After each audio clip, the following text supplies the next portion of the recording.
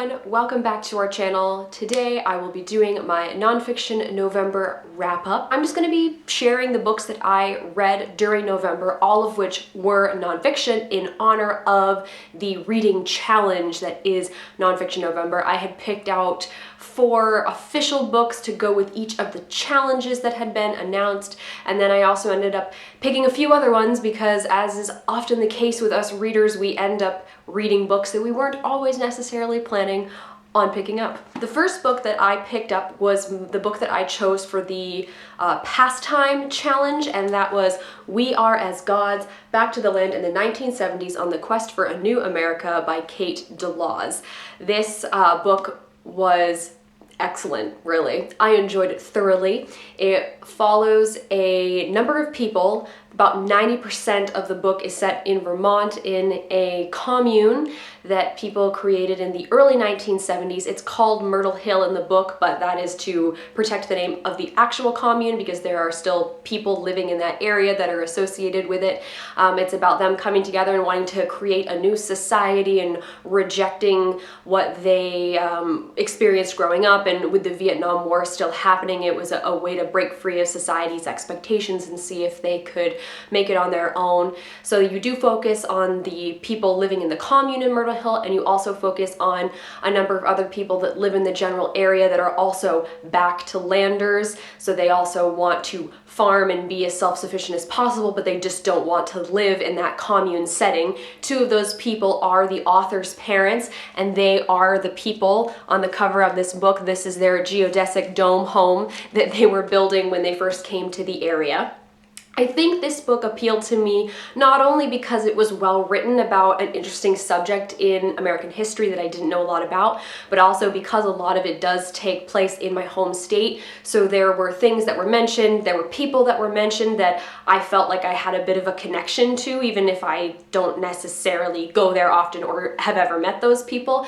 But there was just that little bit extra that helped pull me in, and I really liked looking at the people living in the Myrtle Hill commune, the people just around the commune who were also kind of living back to land. And then we also got some perspective about how the movement was doing across the entire United States, looked at the history of communes at certain parts as well. So I actually think this book was a really excellent fit for the micro-macro challenge, definitely better than the book I ended up reading for that challenge, but either way, this was a really great read for me. I decided to give it 4.5 stars. Would definitely recommend if this is a topic that kind of piques your interest a little bit. The second book that I picked up was Why Women Have Better Sex Under Socialism and Other Arguments for Economic Independence by Kristen Godsey. This one was not in my original TBR because frankly I forgot that I was going to read it. This is the buddy read that Les and I did for the month of November.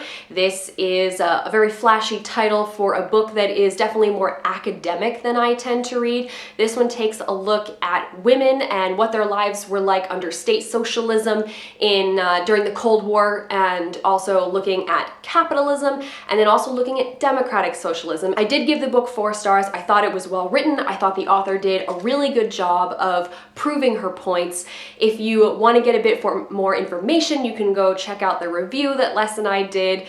Definitely a bit of a controversial subject. Socialism certainly raises the hackles on some people, as you'll see in the comments section of the video, but I think it's something that's going to be good for broadening people's horizons and just opening you up to some other ideas that are out there. So you can go check that out if that's something that interests you. Another book that I started reading that I didn't have on my Nonfiction November TBR was I'll Be Gone in the Dark by Michelle McNamara. This I started listening to on audiobook from the library. It was one of those things where I hadn't listened to an audiobook in a bit, and I was like, nonfiction audiobooks are the best, so let me just go on my library's app and see if they have anything available, and this book popped up, and I've been hearing a lot about it. It is about the Golden State Killer. Michelle McNamara was a crime writer, and she has been obsessed with the Golden State Killer for many, many years, and she was actually in the process of writing this book when she did pass away. She was only in her 40s, I believe, so definitely unexpectedly. So I'd say about 60% of the book is stuff that she had already written, put together previously, and another 40% of the book is other people that she's worked with in the past, bringing her notes together and trying to finish off the book. I did end up giving it 4 stars. I'd say it's almost a 3.5 for me. I wished I liked it a little bit more, but I think it felt a little disjointed because every time we were jumping a section and it was, you know, saying that, oh, this was put together from Michelle's notes. So it kind of took me out of the story a little bit. Maybe if I had been reading it, you know, on the page, it wouldn't have bothered me as much, but just listening to it in the audiobook, it kind of pulled me out. But otherwise, the topic of this book is crazy interesting. Would not recommend listening to it when you are home alone at night because it is creepy. The fascinating thing is that this book came out in February of this year, 2018, I believe, and actually in April of 2018, they caught the Golden State Killer. So when this book was being written and when Michelle died, they hadn't caught the person who had raped like 40 women and killed another number of people. So this person was prolific in Northern and Southern California in the 70s and 80s. I didn't know really anything about this. I remember hearing when he had been caught back in April, but I had no idea how big this case was and how much it affected people's lives back then, and how terrified people were that this man was going to come for them in the night. And the fact that he got away with so much before he got caught. There's probably other instances of criminal activity that we don't even know that's associated with him. So if true crime is something you're interested in and you haven't picked this book up yet, I would strongly recommend it. I really think there's going to be some things in here that are going to blow your mind a little bit. The next thing I tried to tackle was Hope, Adventures of a Diamond by Marian Fowler. I knew I wanted to at least try reading this book. This was my choice for the self challenge because this book has been on my shelf for a long time and it's a running joke to me that I haven't actually read it yet. I read about the first 30 pages and I could just tell it was not going to be a good readathon book. Not that NonFiction November is a readathon, but it's certainly something that I want to try and read as many books as I can during, and I could just tell that I was not going to be able to get through this book as fast as I wanted. It was pretty dense, so I'm going to try and pick up again where I left off in December, give it another go, try some more pages. If I'm not feeling it, then I'll just unhaul it, but I really do want to give this book its due, and I just feel like NonFiction November wasn't the right time for it, but there's going to be a decision made about this book by the end of the year. Either it's going to be read or it's going to be donated.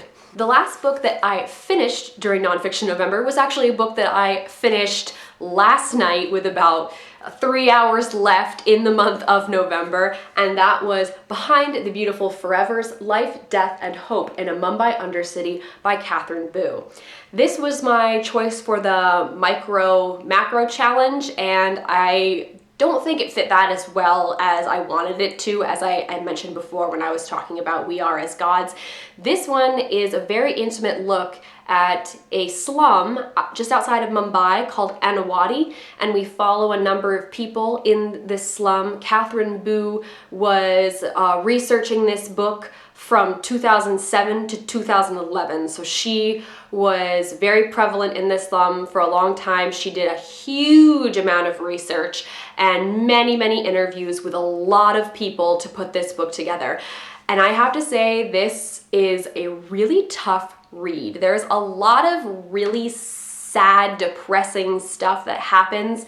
These people are trying to make a living in a slum in a rapidly growing country, and they have times where they succeed and times where things really don't go their way. There is a ton of corruption that these people have to deal with on a daily basis just to live their lives, and I found that to be one of the most frustrating aspects of this book, but it's also very graphic.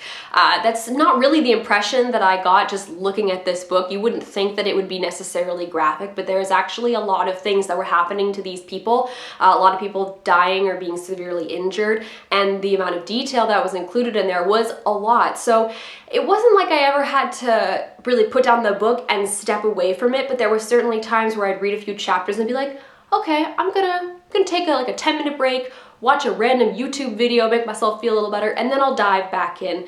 The cast of characters that we follow are a range in ages. There are people that are literally scavengers that make their living by just picking up trash on the side of the road and trying to sell it back for money. There are people that are running the places where the trash and recycling is being sold back to. There's other people that are trying to make a living working at some of the 5-star hotels that are nearby, and the amount of times that they get so close and then it's like the rug gets pulled out from underneath them was very frustrating. But it's a really good eye-opener, and I can certainly see why it was the New York Times, one of the New York Times top 10 best books for 2012, because I certainly think it deserved it. I gave this book 4 stars. I'd say this is a solid 4-star read for me. I don't think I've heard anything that's necessarily negative about this. I've heard some people say, yeah, it's decent, and I've also heard people that love this book. So I think it depends on what kind of reader you are and what interests you. This may or may not be a really excellent book for you to pick up. The final book that I didn't quite finish before the end of Nonfiction November was another audiobook that I picked up after I finished I'll Be Gone in the Dark, and that is Bad Blood by John Carreyrou, I believe is his last name. So I can't give my full opinion on this book yet because I do have about an hour and a half left, but this has also been a very stressful read. The boss of the company Theranos, Elizabeth Holmes, she founded this company with the idea that somebody would be able to prick their finger and that little bit of blood, they would be able to run hundreds of tests on it. So it was basically help people who are afraid of needles, just make it easier for people to get the healthcare information that they want.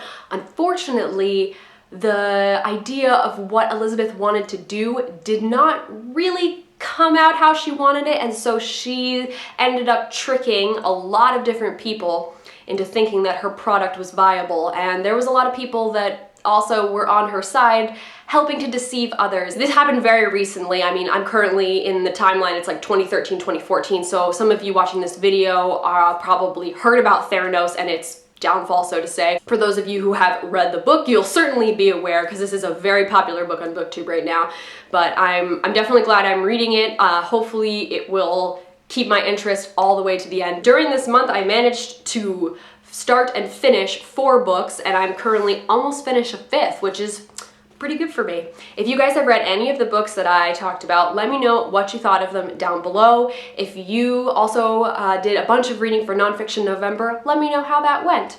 As always, all of our links are down in the doobly-doo, so you can go check those out if you feel so inclined. Thank you guys very much for watching, and I'll see you later.